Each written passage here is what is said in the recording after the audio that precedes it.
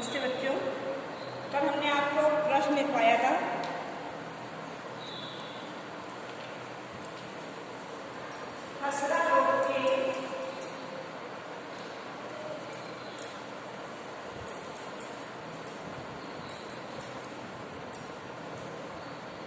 खसरा रोग फैलने के कारण लक्षण तथा बचने के उपाय लिखिए। खसरा रोग फैलने के कारण लक्षण तथा बचने के उपाय लिखिए।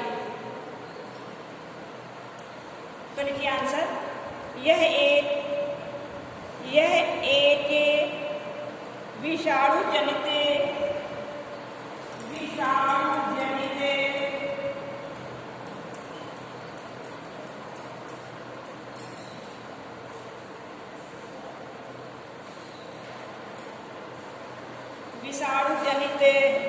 संक्रामक रोग है।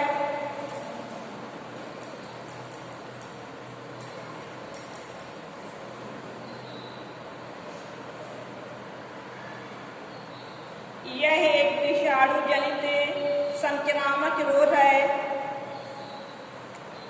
यह प्रायः बच्चों को होता है। यह प्रायः बच्चों को होता है।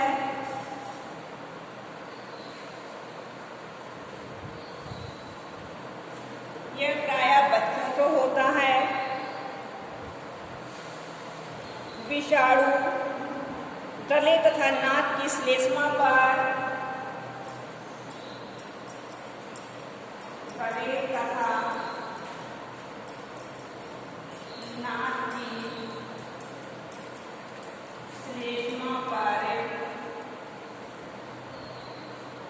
गले तथा नाक की श्लेष्मा पर आक्रमण करते हैं।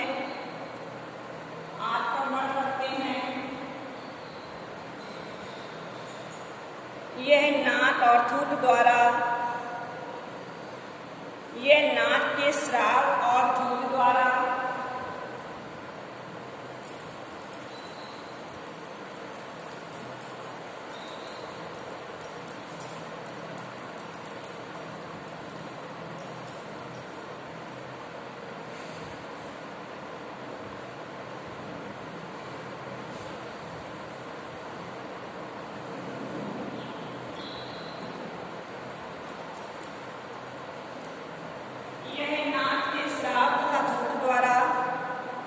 वायु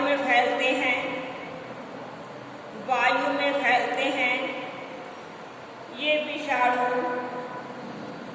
विषाणु वायु के माध्यम से वातावरण में फैल जाते हैं। ये विषाणु वायु के माध्यम से वातावरण में फैल जाते हैं।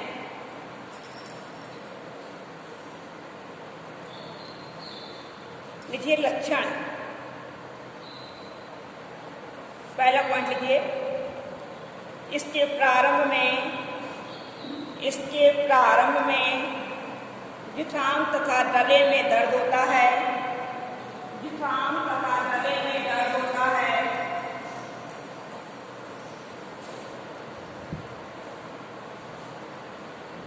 नंबर 2, ज्वर आ जाता है। नंबर 3, आंखें लाल हो जाती हैं।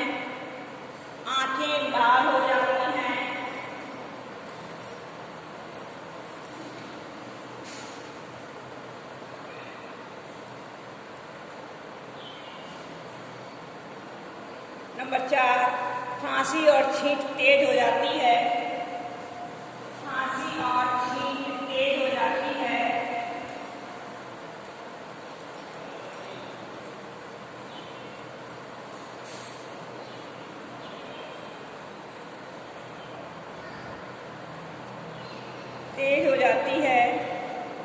अगला पॉइंट, त्वचा पर छोटे छोटे लाल दाने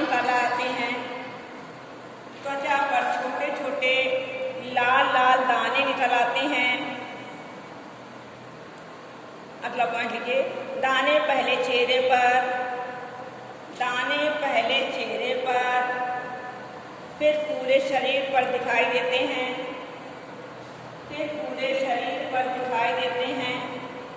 दाने पहले चेहरे पर फिर पूरे शरीर पर दिखाई देते हैं।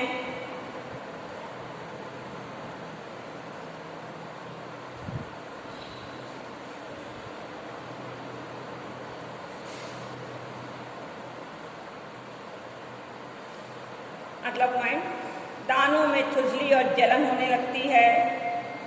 दानों में खुजली और जलन होने लगती है।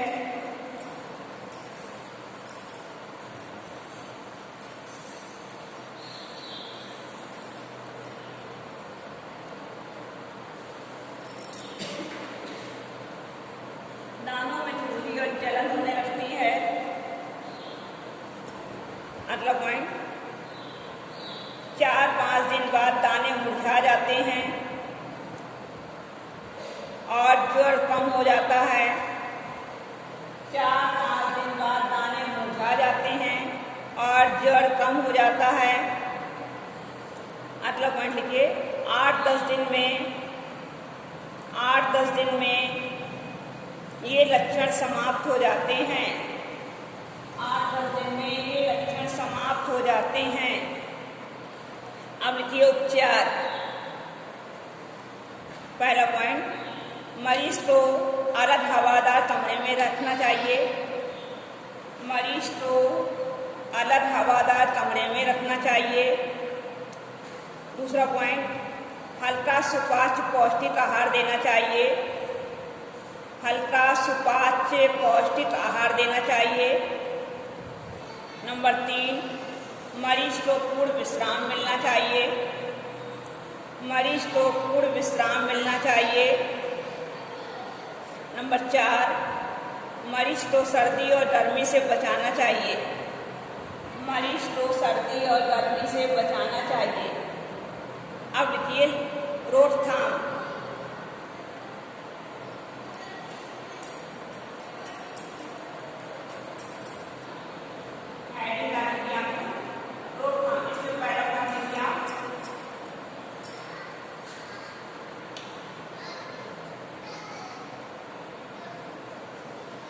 मरीज को अलग कमरे में रखना चाहिए।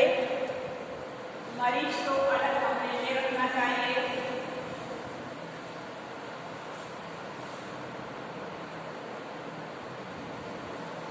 बच्चों को मरीज के पास नहीं जाने देना चाहिए। बच्चों को मरीज के पास नहीं जाने देना चाहिए, क्योंकि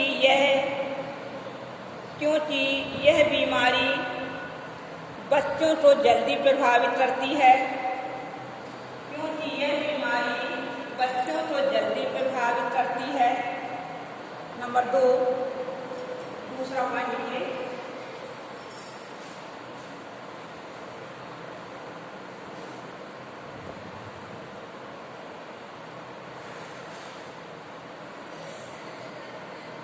खसरा का टीका नहीं लगाया जाता है। खसरा का टीका नहीं लगाया जाता है, लेकिन एक बार खसरा हो जाने के बाद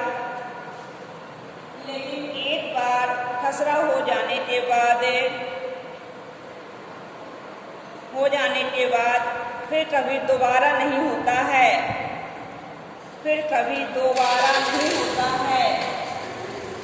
नंबर 3, बच्चों को पौष्टिक आहार देने से उनमें प्रतिरोध क्षमता का विकास हो जाता है। उनमें प्रतिरोध क्षमता का विकास हो जाता है।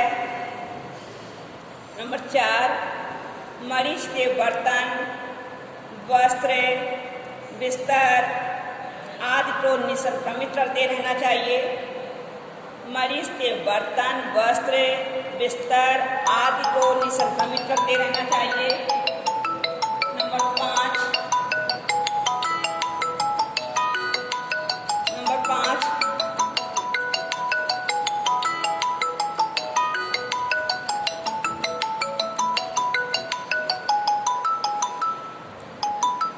मरीज के थूक तथा मल मूत्र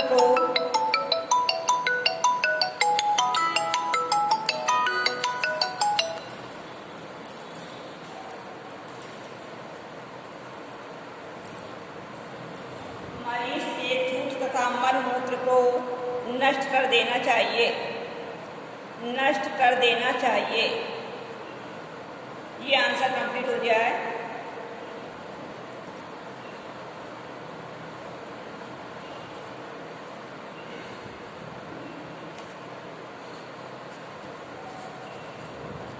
अब आप लोग नया लेसन कर दीजिए आज।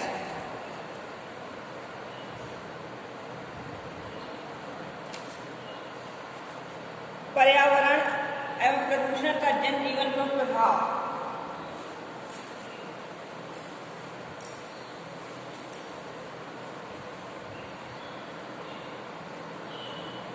पाठ 7 बताइए। पर्यावरण एवं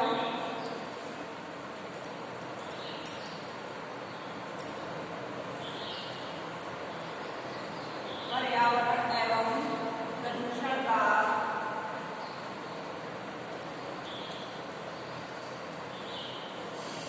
जनजीवन पर प्रभाव।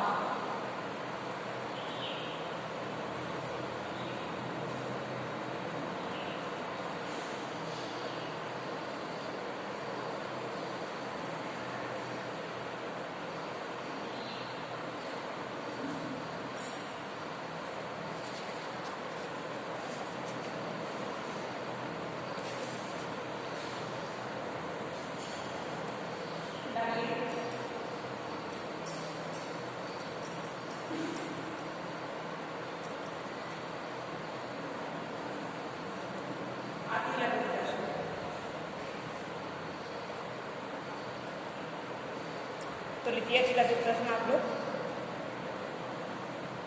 कौन सी डैश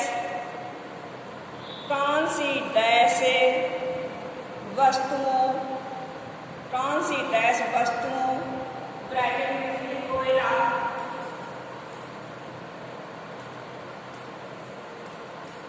कौन सी डैश वस्तुओं कोयला के जलने से बनती है, कोयला के जलने से बनती है। आंसर लिखिए कार्बन डाइऑक्साइड, कार्बन डाइऑक्साइड। दूसरा प्रश्न लिखिए पौधे भोजन बनाते समय वायुमंडल का शुद्धिकरण कैसे करते हैं। पौधे भोजन बनाते समय वायुमंडल का शुद्धिकरण कैसे करते हैं। तो लिखिए ऑक्सीजन द्वारा। शुद्धिकरण कैसे करेंगे।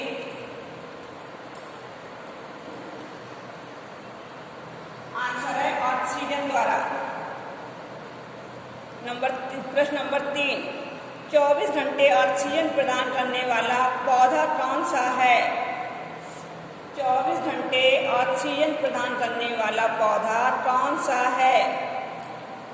लिखिए पीपल और नीम का पेड़, पीपल और नीम का पेड़। अगला प्रश्न है प्रश्न नंबर 4। ध्वनि मापक इकाई को क्या कहते हैं। ध्वनि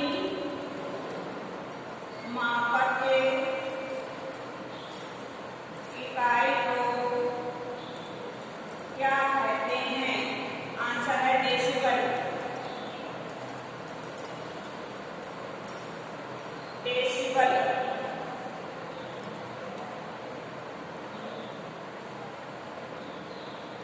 प्रश्न नंबर 5।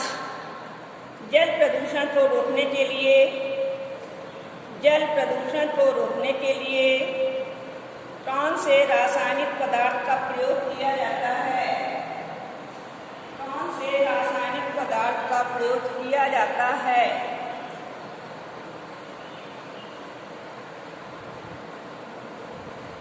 आंसर लिखिए ब्लीचिंग पाउडर, ब्लीचिंग पाउडर।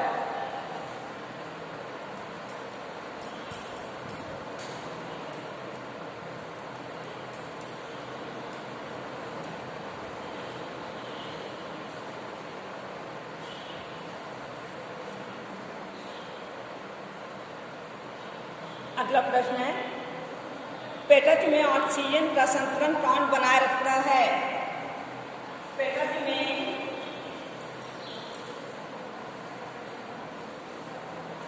प्रकृति में ऑक्सीजन का संतुलन कौन बनाए रखता है? आंसर लिखिए पेड़ पौधे। पेड़ पौधे। अगला प्रश्न, पौधे ऑक्सीजन कब ग्रहण करते हैं? पौधे ऑक्सीजन कब ग्रहण करते हैं? आंसर है रात में। आंसर लिखिए रात में। अगला प्रश्न, प्रश्न नंबर 8, पौधों से ऑक्सीजन कब प्राप्त होती है? पौधों से ऑक्सीजन कब प्राप्त होती है? लिखिए दिन में। दिन में। अगला प्रश्न है, लाउड स्पीकर की आवाज़ से किस प्रकार का प्रदूषण फैलता है? लाउड स्पीकर की आवाज़ से किस प्रकार का प्रदूषण फैलता है? आंसर है ध्वनि प्रदूषण। ध्वनि प्रदूषण। पर्यावरण दिवस किस दिन मनाया जाता है? पर्यावरण दिवस किस दिन मनाया जाता है? आंसर लिखिए 5 जून। 5 जून। अगला प्रश्न, पर्यावरण की परिभाषा लिखिए। पर्यावरण की परिभाषा लिखिए। आंसर लिखिए, पर्यावरण प्राकृतिक कारकों का आवरण होता है। पर्यावरण प्राकृतिक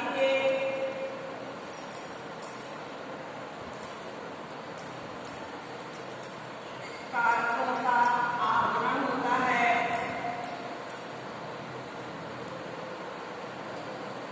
आवरण होता है जो जीवधारियों को चारों ओर से घेरे रहता है। जो जीवधारियों को चारों ओर से घेरे रहता है।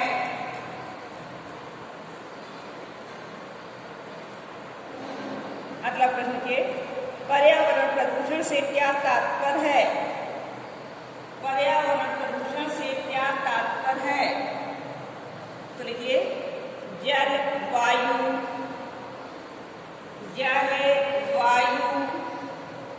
और मृदा के, जल, वायु और मृदा के भौतिक, रासायनिक,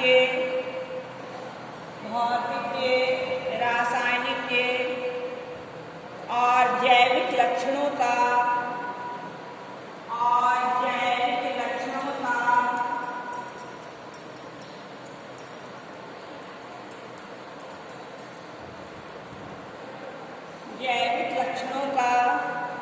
वह अवांछनीय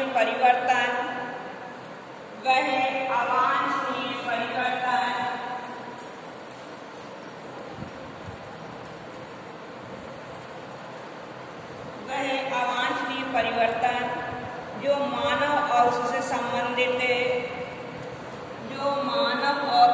संबंधित जीवधारियों को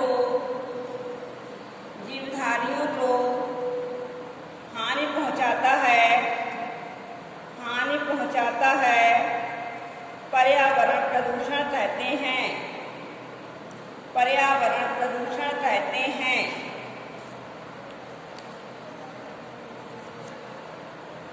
अब आप लोग ऐसा करिए, हम आपको सीधे लॉन्ग आंसर लिखाएंगे और आप लॉन्ग आंसर लिखिए। अब